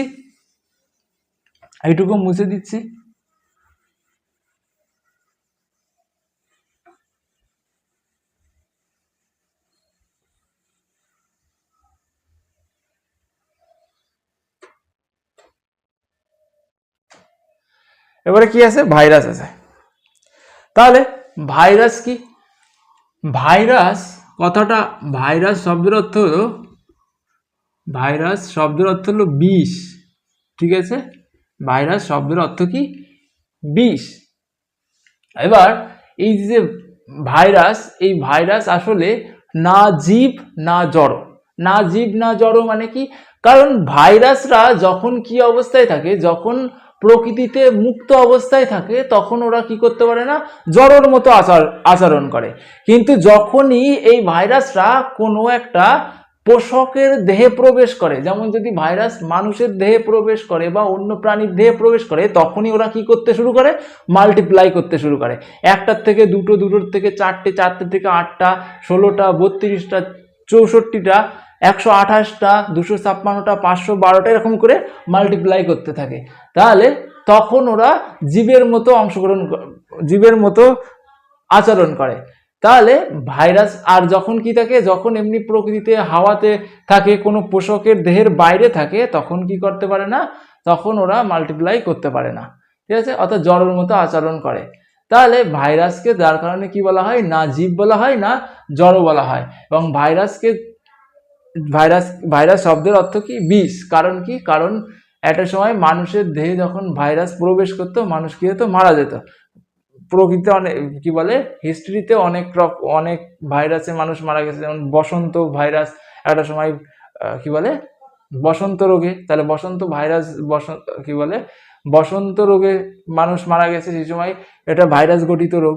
তারপরে কি আছে? মাম্পস, তারপরে হাম, এইগুলো সব ভাইরাস গঠিত রোগ। তোদের এই রোগগুলোর নাম একটুখানি মুখস্থ রাখতে হবে। পক্স রয়েছে, তাহলে পক্সও কি? ভাইরাস গঠিত রোগ। এরপরে রিসেন্টলি যে কোভিড-19 এসেছিল, যেটা করোনা ভাইরাসের দ্বারা হয়েছিল, জানিস তোরা। তারপরে কি আরো অনেক, মানে আরো রিসেন্টলি বলতে এখন কি বলে হান্তা ভাইরাসের আক্রমণ ঘটেছে। হান্তা ভাইরাসের ফলেও কিন্তু মানুষ মারা যাচ্ছে, যদি আমাদের ইন্ডিয়াতে এখনো আসেনি, কিন্তু আমাদের হুঁশিয়ার থাকতে হবে। তাহলে এই হান্তা ভাইরাস কেন ছড়াচ্ছে? হান্তা ভাইরাস কি বলে, ইঁদুরের যে মলমূত্র, সেই মলমূত্র থেকে কিন্তু হান্তা ভাইরাস ছড়ায়। তারপরে কি আছে, ইবোলা ভাইরাসেও খুব রিসেন্টলি আক্রান্ত হয়েছে এবং অনেক মানুষ মারা গেছে। তাহলে কঙ্গোতে অনেক মানুষ মারা গেছে। তাহলে এইগুলো সব ভাইরাস গঠিত রোগ, তোদের পরীক্ষার জন্য ইম্পর্টেন্ট। কারণ কি, কারণ রিসেন্টলি কোভিড-19 তো সারা বিশ্বব্যাপী ছড়িয়ে পড়েছিল, আর তাছাড়া হান্তা ভাইরাস, ইবোলা ভাইরাসও অ্যাটাক করেছে মানুষকে। তার জন্য এইগুলো একটুখানি কি করতে হবে, মুখস্থ রাখতে হবে। ঠিক, তাহলে ভাইরাসের কথা বললাম। আচ্ছা, ভাইরাস কেমন দেখতে হয় দেখ। ভাইরাসের মধ্যে কি থাকে না, কোনো কোষ টোষ কিছু নেই, কোষ নেই না, ওদের কি থাকে, পর্দা ঘেরা অঙ্গাণু থাকে, কিচ্ছু নেই। তাহলে ভাইরাসের কি থাকে, ভাইরাস শুধুমাত্র একটা প্রোটিনের খোলক থাকে। ভাইরাসের কি থাকে, একটা প্রোটিনের খোলক থাকে। আর এর মধ্যে কি থাকে, এর মধ্যে থাকে হলো জেনেটিক মেটেরিয়াল বা জিন থাকে। এটাই হলো ভাইরাস। ঠিক আছে, তাহলে ভাইরাস কেমন, ভাইরাসের বাইরে একটা প্রোটিনের খোলক থাকে, আর কি ওর মধ্যে একটা জেনেটিক মেটেরিয়াল থাকে, ডিএনএ বা আরএনএ থাকে। আর সেটাই কি হবে, ভাইরাস। তোদের বইয়ে একটা সুন্দর ছবি দেওয়া আছে, দেখবি তোদের বইয়ে এরকম একটা ছবি দেওয়া আছে, দেখবি এরকম একটা ছবি দেওয়া আছে। তাহলে এই যে বাইরে অনেকগুলো স্পাইকের মতো দেখতে পাচ্ছিস, এই যে এই স্পাইক, এই বাইরের এই অংশটা কি, এই বাইরের অংশটা হলো ভাইরাসের প্রোটিনের খোলক। আর এই খোলকের মধ্যেই কে বসবাস করে, ডিএনএ বা আরএনএ বসবাস করে, অর্থাৎ ভাইরাসের জিন বাস করে। এবং এই ভাইরাস কি করে, যখন পোষক দেহের মধ্যে প্রবেশ করে, তখনই সেই পোষকটার মধ্যে প্রচুর পরিমাণে বংশ বিস্তার করে এবং সেই পোষকটাকে আলটিমেটলি মেরে ফেলায়। ঠিক আছে, তাহলে ভাইরাস ক্লিয়ার হয়েছে। এবং একটা ইম্পর্টেন্ট ভাইরাস, সেই ভাইরাসটা এরকমের দেখতে, যেটাকে কি বলা হয়, ব্যাকটেরিওফাজ বলা হয়। ব্যাকটেরিওফাজের এক্সাম্পল তোদের বইয়ে দেওয়া আছে। ঠিক আছে, এরকমের ছবি দেওয়া আছে। তাহলে এই যে ব্যাকটেরিওফাজ, এই ব্যাকটেরিওফাজের এই যে অংশটা আমি আঁকলাম, এই অংশটাকে কি বলা হয়, এই অংশটা হলো প্রোটিন দিয়ে তৈরি। আর এই অংশের মধ্যেই কি থাকে, ব্যাকটেরিওফাজের জেনেটিক মেটেরিয়াল থাকে। এই ব্যাকটেরিওফাজ কি করে, ব্যাকটেরিয়াদেরকে মেরে ফেলায়। ঠিক আছে, ব্যাকটেরিয়াকে আক্রমণ করছে ভাইরাসরা। কি করে, মনে কর এই যে ফাজ ভাইরাস, এই ভাইরাস কি করে, এইখানটাতে একটা ব্যাকটেরিয়া রয়েছে, এই ব্যাকটেরিয়ার উপরে বসলো। ঠিক আছে, এই ব্যাকটেরিয়ার উপরে বসে কি করে, এই যে অংশটা রয়েছে, এই অংশটা ব্যাকটেরিয়ার মধ্যে প্রবেশ করিয়ে দেয়। আর প্রবেশ করিয়ে দিয়ে কি করে, এই জেনেটিক মেটেরিয়াল বা এই জিনটাকে ব্যাকটেরিয়ার মধ্যে প্রবেশ করিয়ে দেয়। আর যখনই এই জিন ব্যাকটেরিয়ার মধ্যে চলে আসে, তখনই কি করে, তখনই এই জিনটা বা জেনেটিক মেটেরিয়াল কার, এই জেনেটিক মেটেরিয়াল হলো এই ভাইরাসের, ব্যাকটেরিওফাজের। আর এর মধ্যে কি হতে পারে, এই ব্যাকটেরিয়ার মধ্যে বংশ বিস্তার করে। এই প্রচুর অসংখ্য কি করে, এরকমের জিন তৈরি হয়, অসংখ্য কি তৈরি হয়, অসংখ্য জেনেটিক মেটেরিয়াল তৈরি হয়। কার জেনেটিক মেটেরিয়াল তৈরি হচ্ছে, এই ফাজ ভাইরাসের জেনেটিক মেটেরিয়াল তৈরি হচ্ছে। এবং এরা কি হয়, এরা আলটিমেটলি এই ব্যাকটেরিয়াকে ফাটিয়ে অসংখ্য পরিমাণে বৃদ্ধি পায়। এইভাবে করে এরা কি করে, মাল্টিপ্লাই হতে থাকে এই ভাইরাসরা। আর এই যে ভাইরাস, এটাকে ব্যাকটেরিওফাজ বলা হয়, কারণ কি, এটা ব্যাকটেরিয়াকে আক্রমণ করছে এবং ব্যাকটেরিয়াকে মেরে ফেলাচ্ছে, তার কারণে এদেরকে ব্যাকটেরিওফাজও বলা হয়। এই ব্যাকটেরিওফাজদের তোরা বড় ক্লাসে উঠলে জানতে পারবি, ব্যাকটেরিওফাজদের কি আছে, অনেক ভূমিকা রয়েছে কি বলে, জেনেটিক মেটেরিয়াল ট্রান্সফারের ক্ষেত্রে। তাই এখন তোদের অত জানা লাগবে না, এখন শুধু এইটুকুই যা বললাম ততটুকুই জেনে রাখ। তাহলে আশা করছি তোদের এইখানটাতে কোনো অসুবিধা নেই, পুরোটা ক্লিয়ার হয়েছে। আচ্ছা, তাহলে ভাইরাসের দ্বারা কি কি রোগ হয় আগেই তো বলে দিলাম। আর কোনো কনসেপ্ট কি বাদ পড়লো? আর কোনো কনসেপ্ট বাদ পড়েনি। এইবার কি আছে, এইবার জীব জগতের সঙ্গে আন্তঃসম্পর্ক। অর্থাৎ এই যে কি কি বললাম, ব্যাকটেরিয়া বললাম, আদ্য প্রাণীদের কথা বললাম, তারপরে শৈবালদের কথা বললাম, শৈবালদের কথা বললাম, আর কাদের কথা বললাম, ছত্রাকদের কথা বললাম। এদের সঙ্গে কেমন আন্তঃসম্পর্ক রয়েছে অন্যান্য প্রাণীর, অন্য প্রাণীর কেমন আন্তঃসম্পর্ক রয়েছে। আন্তঃসম্পর্ক কি হতে পারে, আন্তঃসম্পর্ক মিউচুয়ালিস্টিক সম্পর্ক হতে পারে। তারপরে কেমন সম্পর্ক হতে পারে, মিউচুয়ালি কি বলে, পরজীবী সম্পর্ক হতে পারে। পরজীবী সম্পর্ক মানে কি, যখন একজন আরেকজনকে কি করে, আক্রমণ করে, একজন আরেকজনকে আক্রমণ করে এবং আক্রমণ করে যাকে আক্রমণ করলো তাকে মেরে ফেলায় বা তার ক্ষতি করে, আর নিজের কি হয়, নিজে বৃদ্ধি পায় বেশি করে, নিজের উন্নতি ঘটায়, এটাকে বলা হয় পরজীবী সম্পর্ক।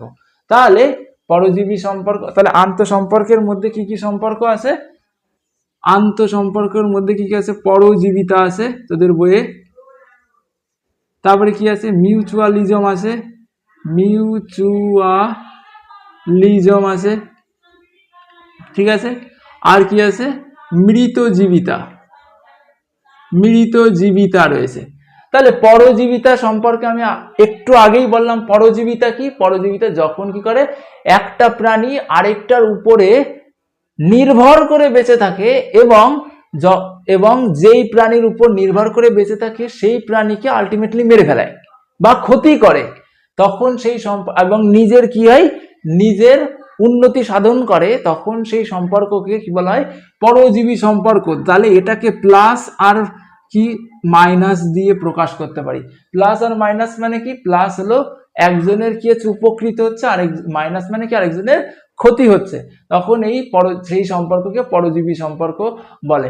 এরকম একটা পরজীবী সম্পর্ক কাদের রয়েছে, যেমন ধর কি বলে, ম্যালেরিয়া রোগের যে জীবাণু রয়েছে, সেই জীবাণু কি হতে পারে, এই পরজীবী সম্পর্ক দেখায়। কেমন পরজীবী সম্পর্ক দেখায় ম্যালেরিয়া রোগের যে জীবাণু রয়েছে, সেই প্লাজমোডিয়াম, ম্যালেরিয়া রোগের জীবাণুর নাম প্লাজমোডিয়াম ভাইভাক্স বা ফ্যালসিফেরাম।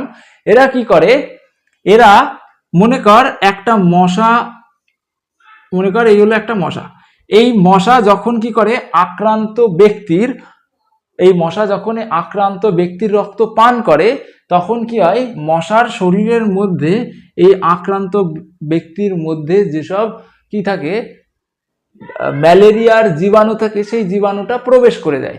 এইবার এই মশাটা যখন আবার ভালো ব্যক্তির শরীরে কামড় দেয়, তখন কি করে, মশার শরীরের থেকে সেই জীবাণুটা কার মধ্যে প্রবেশ করে, মানুষের শরীরের মধ্যে প্রবেশ করে, আর মানুষের শরীরের মধ্যে প্রবেশ করেই কি হতে থাকে, প্রবেশ করে মানুষের যে লিভার বা যকৃৎ রয়েছে, সেই যকৃতের মধ্যে গিয়ে প্রচুর পরিমাণে বংশ বিস্তার করে। কারা, এই প্লাজমোডিয়াম ভাইভাক্স বা প্লাজমোডিয়াম ফ্যালসিফেরামরা, এবং মানুষের শরীরের মধ্যে বংশ বিস্তার করে কি করে, মানুষের লোহিত রক্তকণিকার মধ্যে প্রবেশ করে। কোথার থেকে, কি বলে, যকৃৎ থেকে কার মধ্যে যায়, লোহিত রক্তকণিকার মধ্যে যায়, এবং লোহিত রক্তকণিকার মধ্যে বংশ বিস্তার করে লোহিত রক্তকণিকাকে ভেঙে দেয় বা ফাটিয়ে দেয়। আর তার ফলে কি হয়, মানুষের কাঁপুনি দিয়ে জ্বর আসে, এবং যদি কি হয়, যদি ঠিকঠাক চিকিৎসা না করা হয়, তাহলে কি হতে পারে, ওই লোক কি হতে পারে, মারা যেতে পারে এই জ্বরে, ম্যালেরিয়া জ্বরে। তাহলে কি হচ্ছে, তাহলে এইখানটাতে প্লাজমোডিয়াম ভাইভাক্স বা প্লাজমোডিয়াম ফ্যালসিফেরামের যে জীবাণুটা রয়েছে, সেই জীবাণুটা একজনকে আক্রমণ করছে, আক্রমণ করে তার শরীরের মধ্যে বংশ বিস্তার করছে, অর্থাৎ ফ্যালসিফেরামের জীবাণু দেহে উন্নতি সাধন হচ্ছে, ওরা প্রচুর পরিমাণে বংশ বিস্তার করছে, কিন্তু যারে আক্রমণ করছে সে তো মারা যাচ্ছে বা তার শরীরের মধ্যে ক্ষতি সাধন হচ্ছে, যার কারণে এই সম্পর্ককে পরজীবী সম্পর্ক বলা হয়। আচ্ছা, এরপরে কি আছে, মিউচুয়ালিজম আছে। মিউচুয়ালিজম কি, মিউচুয়ালিজম হলো যখন দুটো প্রাণী কি করে, একটা সম্পর্ক থেকে যখন দুটো প্রাণী কি বলে, উপকারিতা পায় মানে কি, তার মানে কি, দুটোই প্লাস হবে। একজন কি হবে, একজন আরেকজনের উপর নির্ভর করে বেঁচে থাকে, এবং শুধু নির্ভর করে না, সেও ওই প্রাণীটিকে বা ওই জীবটাকে কি করে, তার উন্নতি সাধন করতে সাহায্য করে। কেমন, তাহলে মনে কর তোদের বই যে এক্সাম্পলটা দেওয়া রয়েছে, সেটা হলো কি,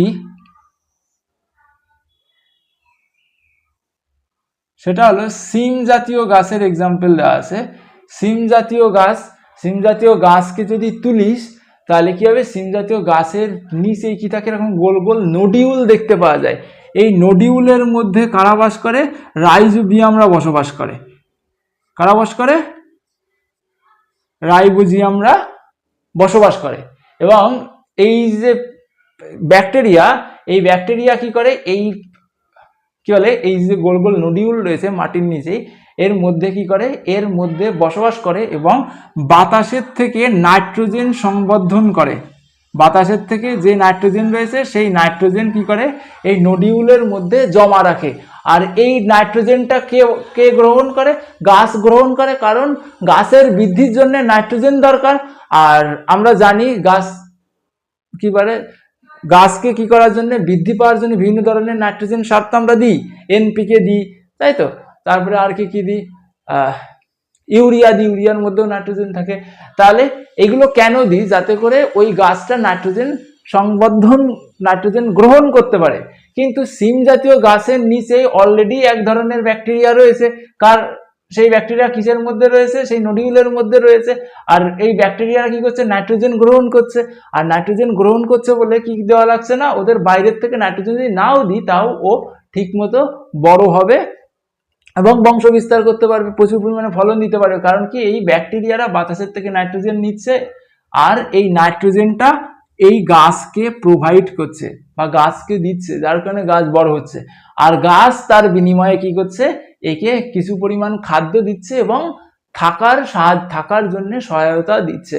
তাহলে এই যে সম্পর্ক, এই দুটো প্রাণী, গাছ আর এই ব্যাকটেরিয়ার মধ্যে যে সম্পর্ক, এটা একটা মিউচুয়ালিস্টিক সম্পর্ক। কেন, কারণ এই সম্পর্কে দুইজনই উপকৃত হচ্ছে, গাছও উপকৃত হচ্ছে, গাছ পাচ্ছে নাইট্রোজেন, আর এই যে ব্যাকটেরিয়া রয়েছে সেই ব্যাকটেরিয়া কি পাচ্ছে, ব্যাকটেরিয়া পাচ্ছে থাকা এবং খাওয়ার সংস্থা।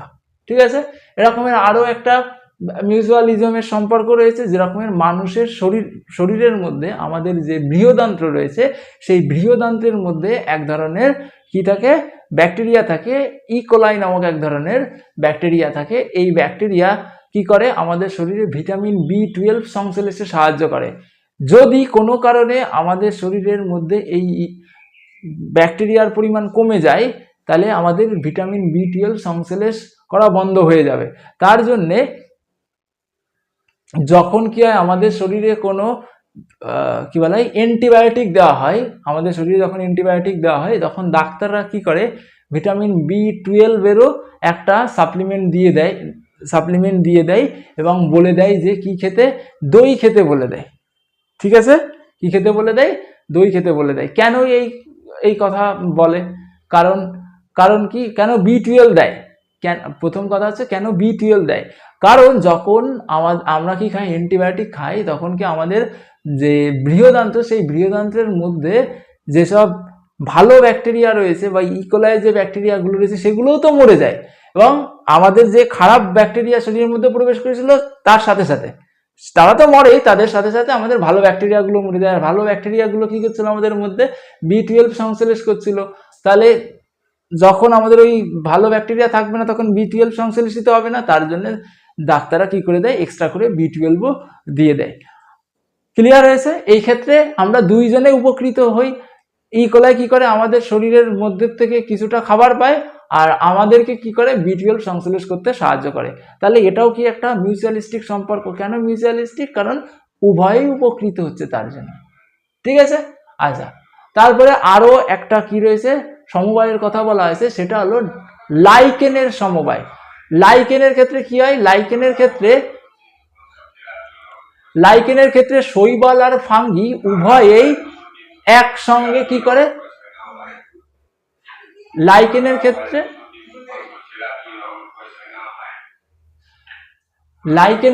কি হয়, লাইকেনের ক্ষেত্রে শৈবাল আর ফাঙ্গি উভয়েই কি করে, লাইকেনের ক্ষেত্রে শৈবাল আর ফাঙ্গি উভয় একটা সংস্থা তৈরি করে এবং পরস্পরের সমন্বয়ে বেঁচে থাকে। কেমন, লাইকেনের ক্ষেত্রে দেখ, লাইকেন কোনগুলো আগে সেটা জেনে নেন। লাইকেন হলো আমাদের চারপাশে যে কি বলে সুপারি গাছ রয়েছে, সুপারি গাছে দেখবি যে এরকমের সোপ সাদা সাদা রঙের এক ধরনের জিনিস লেগে থাকে সুপারি গাছে, তাহলে সেইগুলো হলো লাইকেন। আর তোরা যারা এই ভিডিও পাহাড়ের থেকে দেখবি তারা তো প্রতিনিয়তই লাইকেন দেখতে পাবি, তাদের বাড়ির পাশে প্রচুর লাইকেন হয়ে থাকে, তাই না? তারা দেখতে পাবি যে গাছের সঙ্গে এরকমের পাতার মতো লেগে লেগে রয়েছে, এরকমের লেগে লেগে রয়েছে, যেগুলো হলো অ্যাশ অ্যাশ কালারের, ঠিক আছে? গাছের বাকলের সঙ্গে লেগে রয়েছে অ্যাশ অ্যাশ কালারের, সেইগুলো হলো লাইকেন। অথবা কি হতে পারে, গাছের বাকলের সঙ্গে এরকমের করে লেগে আছে, ঠিক আছে, হালকা হলদেটে সবুজ রঙের এরকমের করে লেগে আছে, সেইগুলোও লাইকেন। তাহলে এই লাইকেনটা অ্যাকচুয়ালি কি? এই লাইকেনটা হলো শৈবাল আর কারা, শৈবাল আর ফাঙ্গির একটা সমন্বয়, যেই সমন্বয়ের মাধ্যমে দুইজনেই উপকৃত হয়, ঠিক আছে? দুইজনে উপকৃত হয়। তাহলে এটাও কি একটা মিউচুয়ালিস্টিক সম্পর্ক। আচ্ছা, এরপরে কি আছে? মৃতজীবিতা বা স্যাপ্রোফাইটিজম। এটা কাদের মধ্যে দেখতে পাওয়া যায়? সাধারণত ফাঙ্গির মধ্যে দেখতে পাওয়া যায় মিউচুয়ালিস্টিক সম্পর্ক। এবার এই ফাঙ্গিরা কি করে? ফাঙ্গিরা অন্য মৃত যেসব প্রাণী রয়েছে বা উদ্ভিদ রয়েছে তাদের উপরে কি করে? তাদের এই মৃত দেহ খেয়ে বেঁচে থাকে, তখন সেটাকে কি বলা হয়? মৃতজীবিতা বলা হয়, আর ইংরেজিতে স্যাপ্রোফাইটিজম বলা হয়। আশা করি এইটুকু তোরা সবাই বুঝতে পেরেছিস। এবং যেহেতু আমি প্রচণ্ড গরম, কারেন্ট আছে, ফ্যান অফ করে পড়াতে হচ্ছে, তার জন্য প্রচুর গরম লাগছে।